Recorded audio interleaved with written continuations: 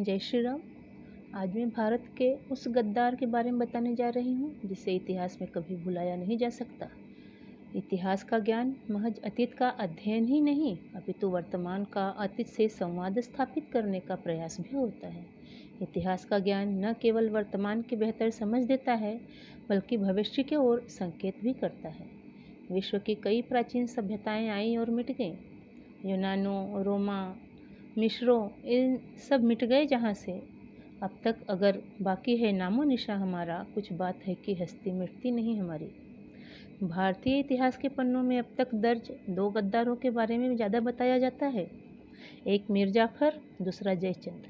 भारतीय उपमहाद्वीप की संपूर्ण राजनीतिक एवं भौगोलिक स्थिति को ही बदल दिया। आज एक गद्दार मीर जाफ़र के बारे में जानते हैं। कैसे मीर जाफ़र की लालच और ईर्ष्या की भावना ने बंगाल के नवाब सिराजुद्दौला के साम्राज्य को ही नष्ट कर दिया। इस घटना का जिक्र करते हुए ईस्ट इंडिया कंपनी का गवर्नर लॉर्ड क्लाइव अपने डायरी में लिखता है कि मैं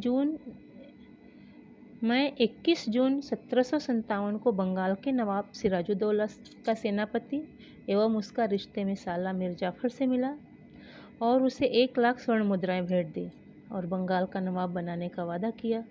मीर जाफ़र ने पूछा कि बदले में मुझे क्या करना होगा, तो गवर्नर कहता है कि तुम्हें सिर्फ युद्ध के मैदान में खड़े रहना है, कुछ नहीं करना है।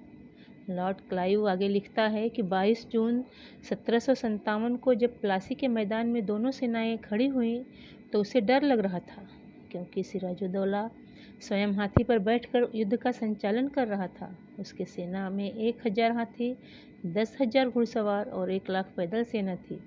पर सेनापति मीर जाफ़र ने सेना को मूकदर्शक खड़ा रहने का आदेश दिया था। इसीलिए मुट्ठी भर अंग्रेज सैनिक जिसका नेतृत्व लॉर्ड क्लाइव कर रहा था, सिराजुद्दौला को युद्ध में हराकर बंदी बना लेता है और बाद में उसे फांसी की सज़ा देकर मार डालता है। इस प्रकार मीर जाफ़र को कुछ दिनों तक बंगाल का नवाब बनाकर बाद में उसे भी मार डालता है।